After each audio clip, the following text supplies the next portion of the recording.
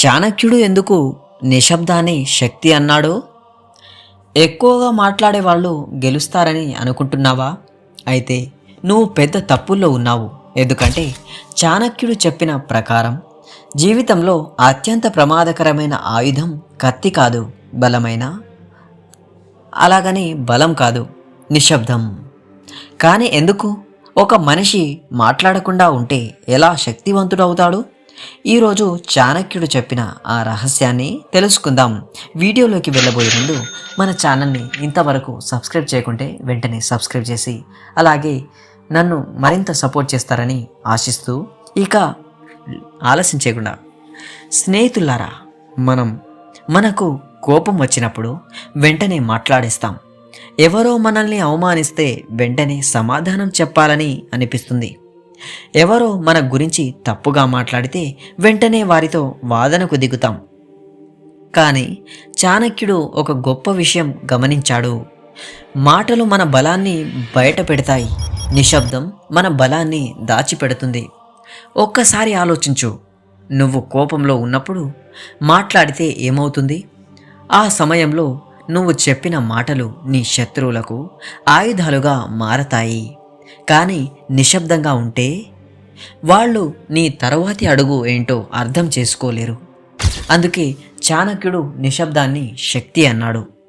ఒక అడవిలో సింహం ఎప్పుడైనా ప్రతి నిమిషం గర్జిస్తుందా? లేదు. అది ఎక్కువ సమయం నిశ్శబ్దంగానే ఉంటుంది. కానీ అది గర్జించినప్పుడు మొత్తం అడవి వింటుంది. ఎందుకంటే దాని శక్తి శబ్దంలో కాదు, దాని ఉనికిలో ఉంటుంది. అలాగే జీవితంలో కూడా ప్రతి విషయానికి స్పందించాల్సిన అవసరం లేదు. ప్రతి విమర్శకు సమాధానం ఇవ్వాల్సిన అవసరం కూడా లేదు. ప్రతి వాదనలో గెలవాల్సిన అవసరం లేదు. ఈ రోజుల్లో సోషల్ మీడియాలో ఒక కామెంట్ పెడితే చాలు, రోజంతా దాని గురించే ఆలోచిస్తారు. ఎవరో ఒక మాట అంటే వెంటనే 10 మాటలు తిరిగి చెబుతారు. కానీ గుర్తించుకో, నీ విలువను నిరూపించేది నీ మాటలు కాదు, నీ ఫలితాలే మిత్రమా. చాణక్యుడు చెప్పినట్లు, మూర్ఖుడితో వాదిస్తే నువ్వు కూడా మూర్ఖుడివే. దూరం నుంచి చూసేవారికి మీ ఇద్దరి మధ్య తేడా కనిపించదు. అందుకే కొన్నిసార్లు సమాధానం ఇవ్వకపోవడమే గొప్ప సమాధానం. నిశ్శబ్దం అంటే భయం కాదు, నిశ్శబ్దం అంటే ఓటమి కాదు, నిశ్శబ్దం అంటే బలహీనత అసలే కాదు. నిశ్శబ్దం అంటే నీ భావోద్వేగాలపై నీకు నియంత్రణ ఉందని ప్రపంచానికి చెప్పడం. ఎవరో నిన్ను రెచ్చగొట్టినా నువ్వు ప్రశాంతంగా ఉండగలిగితే అది నీలో ఉన్న నిజమైన శక్తి. ఒకసారి ఊహించు, 2 గ్లాసుల్లో నీళ్లు ఉన్నాయి.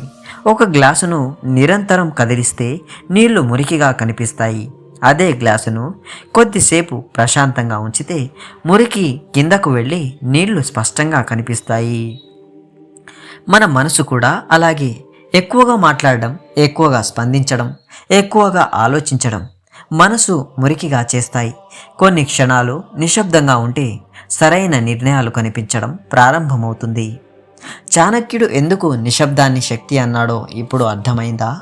ఎందుకంటే నిశ్శబ్దం మనకు ఆలోచించే సమయం ఇస్తుంది.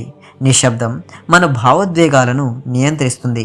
నిశ్శబ్దం మన శత్రువులను గందరగోళానికి గురి చేస్తుంది.